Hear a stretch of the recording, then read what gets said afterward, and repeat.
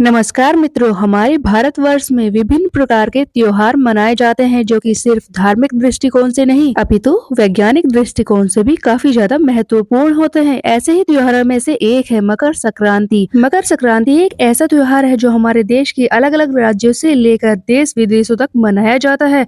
ये एक प्रमुख हिंदू पर्व है। इस त्योहार को मनाने का कारण एक नहीं अपितु कई सारी पौराणिक घटनाएं हैं। आइए इन्हीं के बारे में जानते हैं कि क्यों मनाया जाता है मकर संक्रांति, क्या है इसे मनाने का रहस्य। अगर आपको ये वीडियो महत्वपूर्ण लगे तो मेरे चैनल को सब्सक्राइब करना मत भूलिएगा। पहली और सबसे महत्वपूर्ण घटना जुड़ी है सूर्य अर्थात सूर्य देव से। ज्योतिष विज्ञान के अनुसार ऐसा माना जाता है कि इस दिन सूर्य धनु राशि को छोड़कर मकर राशि में प्रवेश करते हैं। अर्थात धर्म ग्रंथों के अनुसार ऐसा माना जाता है कि इस दिन सूर्य देव अपने पुत्र शनि देव से मिलने के लिए गए थे। शनि देव जिनके बारे में ये कहा जाता है कि वे मकर राशि के स्वामी हैं, उनसे मिलने के लिए सूर्य देव का ये जाना इन दोनों के मेल को ही अर्थात सूर्य और मकर राशि के मेल को ही कहा जाता है मकर संक्रांति। मकर संक्रांति से जुड़ी दूसरी घटना के अनुसार भगवान श्री राम के पूर्वज भगीरथ ने मकर संक्रांति के ही दिन माँ गंगा का अवतरण धरती पर कराया था। माँ गंगा जो पृथ्वी पर अवतरित होने के लिए कपिल मुनि के आश्रम से होकर धरती पर आई थी। वैसे तो माँ गंगा के पावन जल का स्नान हमेशा ही मनुष्य के लिए लाभकारी होता है, लेकिन मकर संक्रांति के दिन स्नान करने से मनुष्य को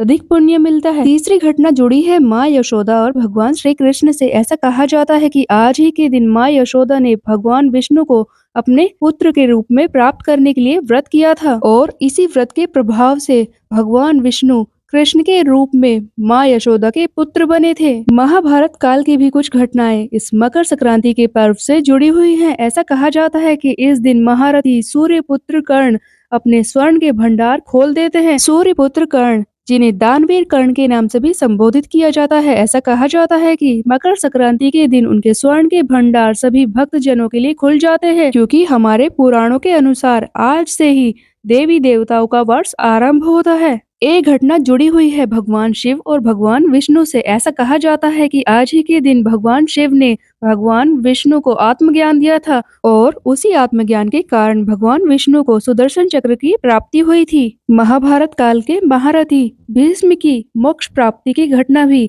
इसी चीज से जुड़ी हुई है। ऐसा माना जाता है कि इसी दिन भीष्म ने अपनी स्व इच्छा से अपने शरीर का त्याग किया था। महाभारत के अनुसार हम जानते हैं कि भीष्म को इच्छा मृत्यु का वरदान था। अर्जुन के बाणों से घायल होकर उन्होंने स्वयं ही बाणों की शैया पर लेटना स्वीकार किया था, क्योंकि अपनी आत्मा को मुक्त करने के लिए उन्होंने उत्तरायण की प्रतीक्षा की थी। ऐसा माना जाता है कि भीष्म के बाणों की शैया पर लेटने के 58 दिन बाद जब सूर्य देव ने मकर राशि में प्रवेश किया अर्थात जब सूर्य देव ने दक्षिणायन को छोड़कर उत्तरायण में प्रवेश किया, उस दिन भीष्म ने अपने प्राणों का त्याग किया था। वह दिन मकर संक्रांति का ही था। इन सभी बातों के अलावा यह भी माना जाता है कि इस दिन से सूर्य देव अपनी गति को बढ़ाते हैं और उनकी ऊष्मा भी धीरे धीरे करके तिल तिल बढ़ती जाती है। जैसा कि मैंने शुरुआत में ही कहा कि यह त्योहार वैज्ञानिक दृष्टिकोण से भी काफी ज्यादा महत्वपूर्ण है, क्योंकि वैज्ञानिक तथ्यों के अनुसार इस दिन सूर्य दक्षिण गोलार्ध का भ्रमण करके उत्तरी गोलार्ध में प्रवेश करते हैं। सभी लोगों को ज्यादातर ऐसा ही लगता है कि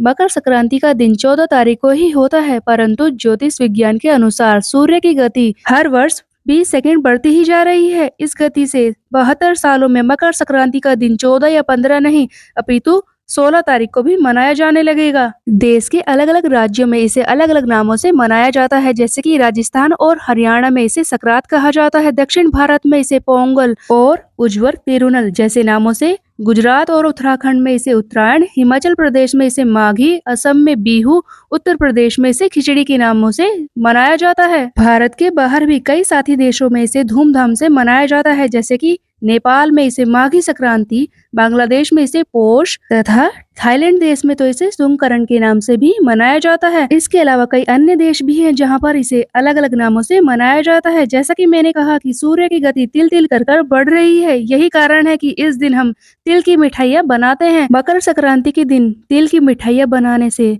दान दक्षिणा आदि करने से बहुत ही ज्यादा पुण्य मिलता है। दोस्तों, मकर संक्रांति के पीछे की इन घटनाओं के बारे में जानने के बाद ऐसा लगता है कि हमारे भारतवर्ष में मनाए जाने वाले त्योहार कितने वैज्ञानिक होते हैं, जिन्हें हम भूलते जा रहे हैं। आपको ये सारी जानकारी प्राप्त करके कैसा लगा कमेंट बॉक्स में जरूर बताएं। मेरी वीडियो को लाइक करें, चैनल को सब्सक्राइब करना मत भूलिएगा।